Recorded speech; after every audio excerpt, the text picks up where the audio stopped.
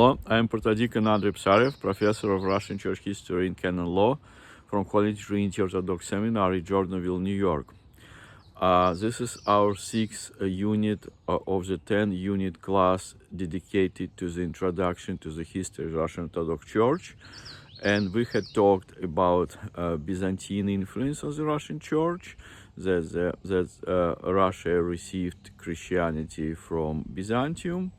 And we talked about dissemination of Christianity in the Slavic lands, and this was properly known as Kievan Rus in our context.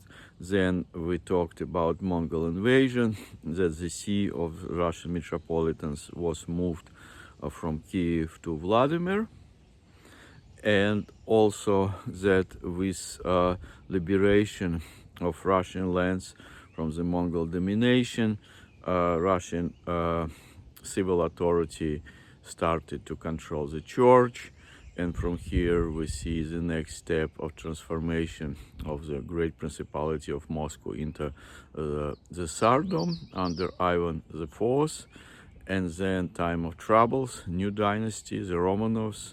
We talked about the schism during Patriarch Nikon's time, the second half of the 17th century, spread of education from Western Russian Church, the Most Holy Governing Synod. And now we will be talking about the more recent history, that is 20th century. So problems, unresolved problems of the Russian Empire resulted in the revolution. So the Russian Empire blew up. The monarch who was the head of the church stepped down on March 2nd, 1917.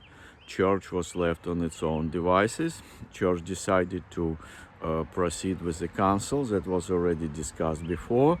This council was assembled on the Dormition Day of 1917 in August. So it was a representative event that represented parishes, dioceses, deaneries of the Russian Church. We're only now able to analyze the whole legacy of the council, because what followed, the regime that followed, the militant atheist regime, didn't allow this council to be well known, because it wasn't council friendly to the new authorities. So this council introduced new form of governance in the Russian Church. The All-Russian Council consisted of representatives of lay people, presbyters, and bishops. Of course, bishops had the right of veto, and then also Patriarch became an executive power of the council, and Bishop Council and Supreme Church Council that consisted of presbyters and lay people. So this was new arrangement that became standard for Russian Church, to have parish councils that would represent congregations. So persecutions followed. Russian Church was treated as a remnant of the old regime, as an ideological competitor to the Bolshevik regime. So, and the Soviet authorities declared freedom of conscience. And despite that, since there weren't any checks and balances available, in fact, church was persecuted, right? It wasn't just separated, but people never were accused in believing in God, at least normally, and there were various other pretexts. And only in 1991 the church received right of the legal rights of corporation. Parishes could register, and the headquarters of the church could register, but the entire church could not register. So that was the case of the church in the under Soviet regime.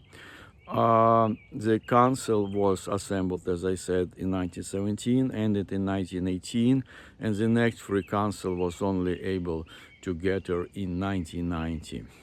So that was the situation in Russia. during the Soviet time, and that produced many martyrs, new martyrs, who are known as collectively as new martyrs of Russia.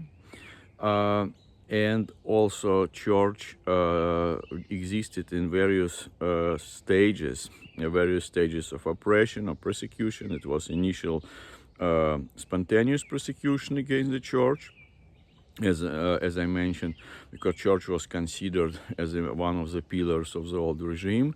So this was a grassroots persecution from the people. Then in 1920s things eased down. In 1930s things became very severe because the state wanted to eliminate all believers, and that basically Marxism became a new religion on the Russian soil. So after war things eased down again, but nevertheless church existed in Ghetto. So kind of church should know its own place, and that's to some extent explains modern day reality, because leaders of the church, they in no way want this situation to return. Thank you very much for your attention.